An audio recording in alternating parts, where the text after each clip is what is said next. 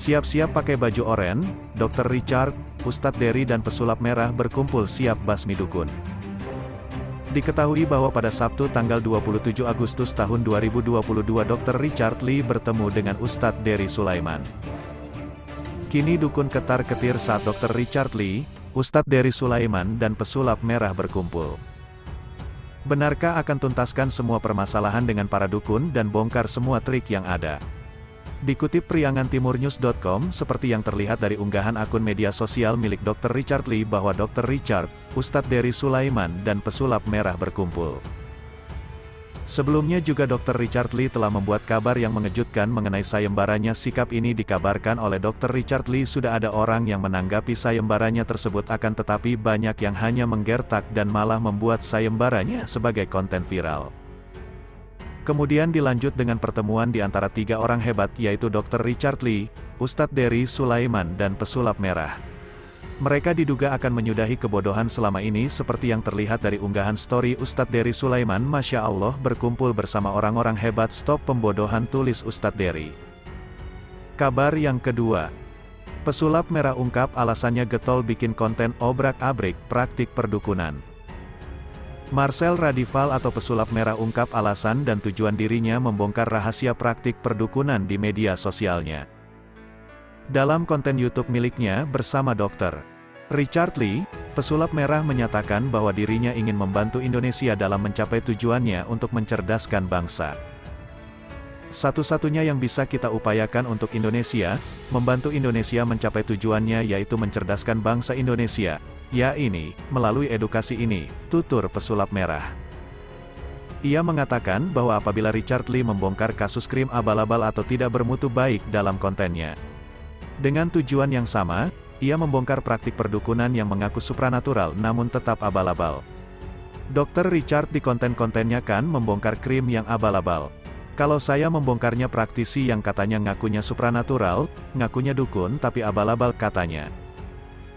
Meskipun banyak yang mempertanyakan keberaniannya dalam membongkar praktik perdukunan tersebut, Marcel berpendapat bahwa sebuah kejahatan apabila dibiarkan akan menjadi semakin besar nantinya. Menurutnya maraknya kejahatan bukan disebabkan karena banyaknya orang berperilaku jahat, tapi diamnya orang-orang baik. Banyak yang bilang kok bersuara, kok berani. Karena misalkan kalau kita biarkan, kejahatan itu makin besar, ungkapnya. Kejahatan makin besar ini bukan karena banyaknya orang jahat, tapi diamnya orang-orang baik, ujarnya menyambung seperti dikutip pikiran tanda hubung rakyat.com dari YouTube Marcel Radival. Sebagai rakyat, pesulap merah mengaku hanya bisa melakukan edukasi melalui konten-konten yang dibuatnya. Menurutnya ia tidak mungkin melakukan pelaporan ke pihak berwenang mengenai hal tersebut karena dirinya bukanlah korban dari praktik abal-abal. Karena kita orang biasa kan, kalau ngelaporin itu kan harus korban kan, tuturnya. Dalam membongkar praktik abal-abal tersebut, pesulap merah menuturkan juga bahwa ia melakukan pengungkapan berdasarkan bukti dan data. Dengan mempraktikkan prosesnya, mencontohkan bahkan memperlihatkan zat kimia yang biasa digunakan dalam praktik perdukunan. Dan bongkarkan harus berdasarkan bukti, begitupun ilmu merah. Saya gak pernah ngomong wah ini palsu terus gak ada buktinya, gak pakai data. Katanya, saya praktikkan, contohkan, saya kasih lihat ini zat kimianya, kan sudah lengkap banget, sambungnya lagi. Pesulap merah berharap dari konten edukasi yang dibuatnya, masyarakat Indonesia bisa menangkap maksud dari konten tersebut, dan percaya karena sudah disertai dengan bukti-buktinya. Kabar yang ketiga.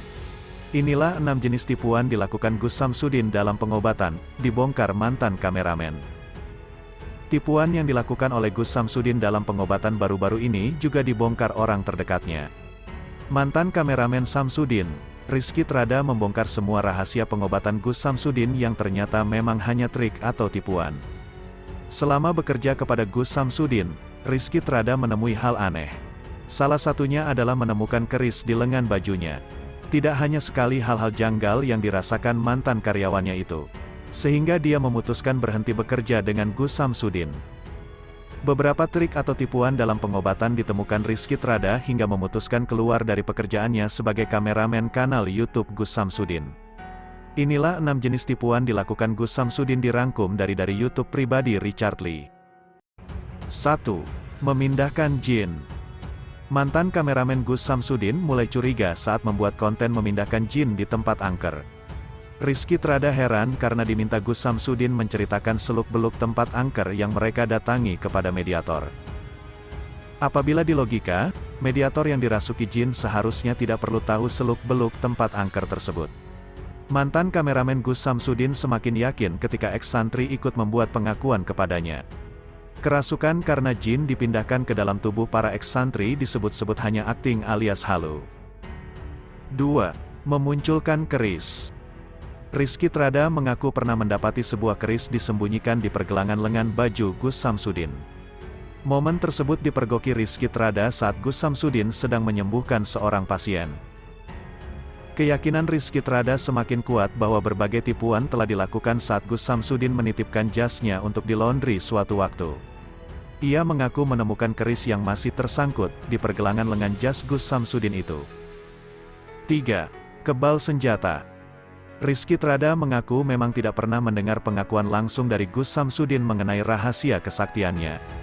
Termasuk soal kebal senjata yang kerap dijadikan konten YouTube. Rizky Trada pun tidak tahu persis trik yang digunakan Gus Samsudin saat tampil kebal dengan senjata. Namun ada waktu ketika Gus Samsudin meminta mantan kameramennya tersebut merekam angle tertentu ketika sedang menunjukkan kebolehan kebalnya. 4. Menemukan barang. Gus Samsudin sempat menunjukkan kemampuannya saat tampil di podcast Denny Sumargo. Di rumah Denny Sumargo, Gus Samsudin menemukan barang berukuran kecil di dekat wastafel. Rizky Trada sang mantan kameramen mengaku pernah ditugasi untuk meletakkan barang yang sudah disiapkan Gus Samsudin untuk diletakkan di beberapa titik rumah pasien. Namun pada umumnya, Gus Samsudin yang biasa meletakkan sendiri atau menyuruh orang-orang kepercayaan. 5. Benda ajaib. Mantan kameramen Gus Samsudin juga pernah menemui beberapa benda ajaib. Seperti keris petir yang triknya telah dibongkar pesulap merah dan bikin heboh. Menurut pengakuan mantan kameramen Gus Samsudin, dirinya sempat kesetrum keris petir ketika tak sengaja memencet tombolnya. Begitupun tisu atau batu getar milik Gus Samsudin yang triknya sudah dibongkar pesulap merah.